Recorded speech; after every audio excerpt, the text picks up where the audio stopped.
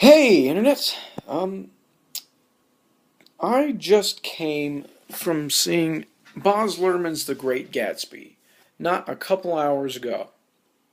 And I gotta tell you, I planned on doing a review of this film, and I'm just gonna be honest, this is a tough one. This is a tough one. Because The Great Gatsby by F. Scott Fitzgerald is probably my favorite book of all time. And, you know, obviously, when you have something like that that is so close to you, you're really afraid of people screwing it up. And I went into this movie pretty cautiously optimistic. Uh, I've seen some of the trailers, and it looked interesting. It definitely had me intrigued about how they were going to go about interpreting this novel, and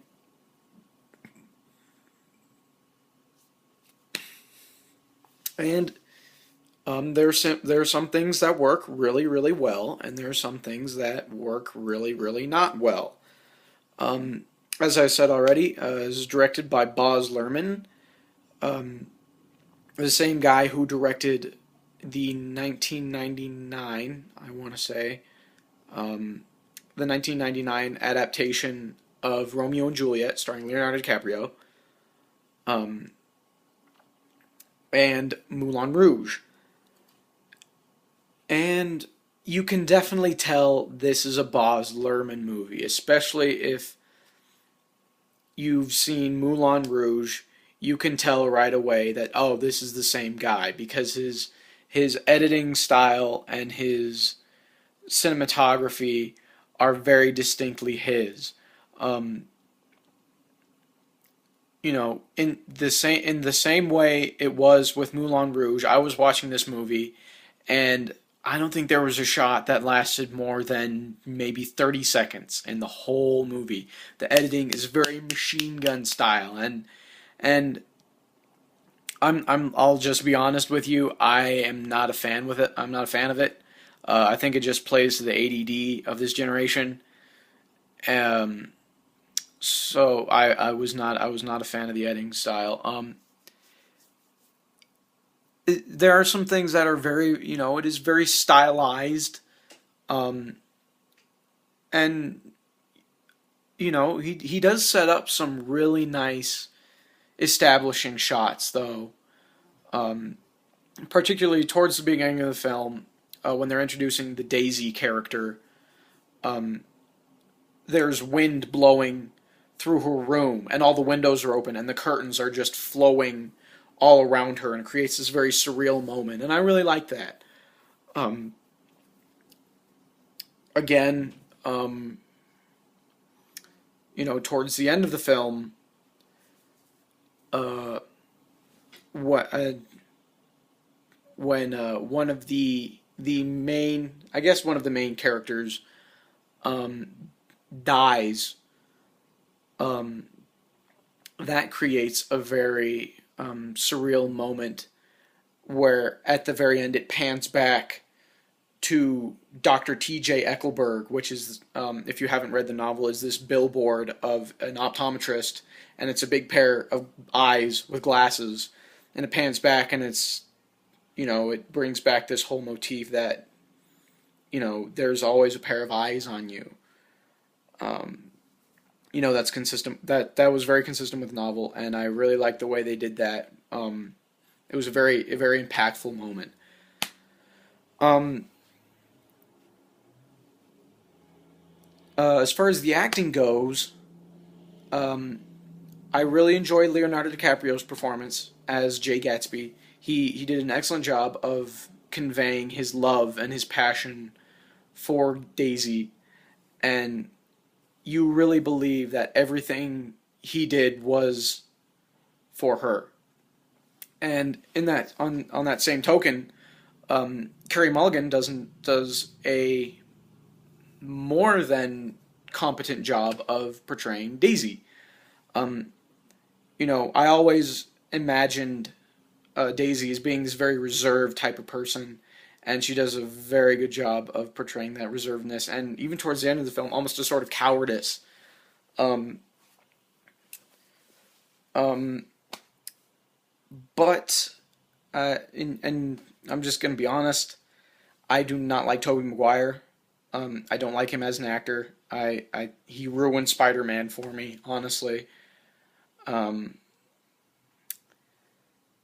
I just don't like him. I just don't like him, and it wouldn't have mattered how good his performance was. I would not have liked him portraying Nick Carraway, the protagonist in my favorite novel of all time. He just doesn't do it for me. Um, but I guess I don't have anyone in mind that could replace him. Um,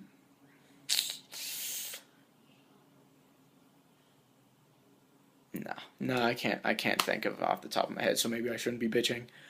Um,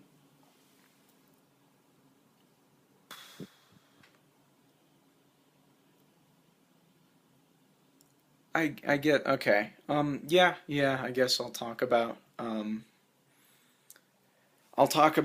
the thing that is probably going to cause the most controversy. I've been kind of debating whether or not I should because it's a really big part of the film, and it's I don't think it's one people necessarily expect when they go to see this movie, and that is the soundtrack. The soundtrack is 100% 21st century, um, with some kind of 20s swing just kind of mixed in. Um, I'll I think I'm probably going to be in the minority here. I'll be honest, I haven't read a ton of reviews so far, but I really liked the new music. I think it really makes for some unique, very stylized moments. For example, towards the beginning of the movie, when Tom takes Nick to his apartment in the city so he can rendezvous with Myrtle, his mistress. Um, I'll talk more about Myrtle later. Um,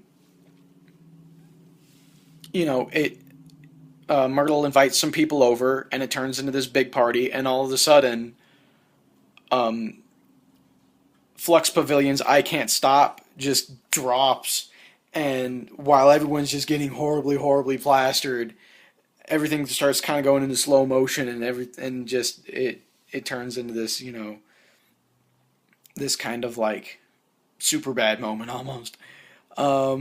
It was and it worked. It worked flawlessly. I really enjoyed it.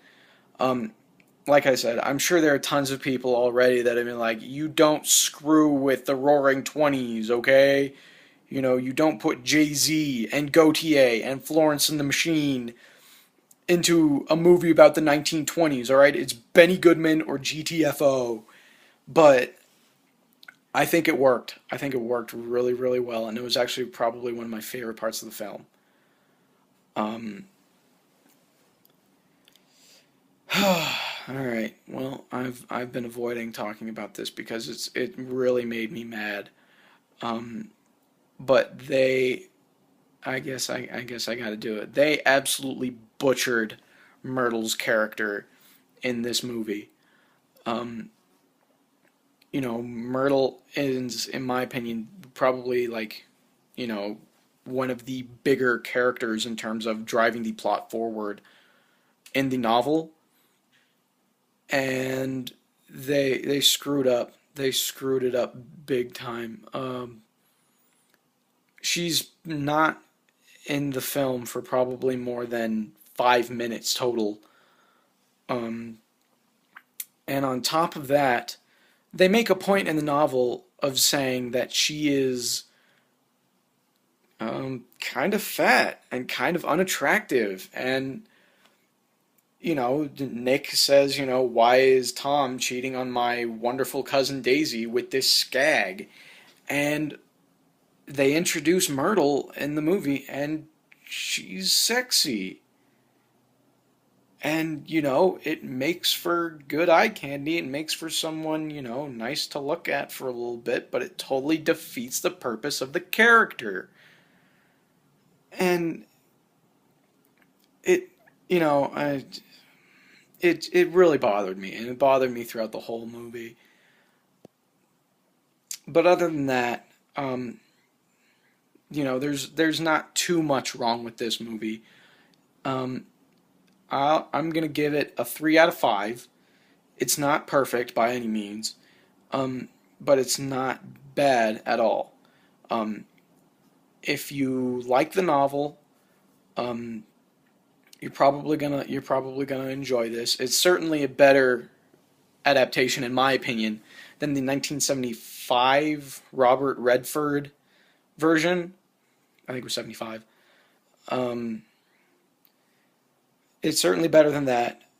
And if you haven't enjoyed the novel, I still think it's a good story. Um, and you'll enjoy some of the really nice stylistic elements of it. Um,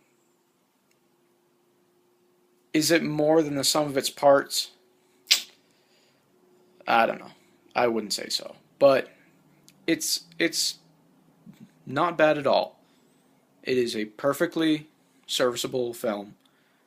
It just happens to be based on my favorite novel of all time, and that's, you know, maybe I'm just not getting past that. Oh well.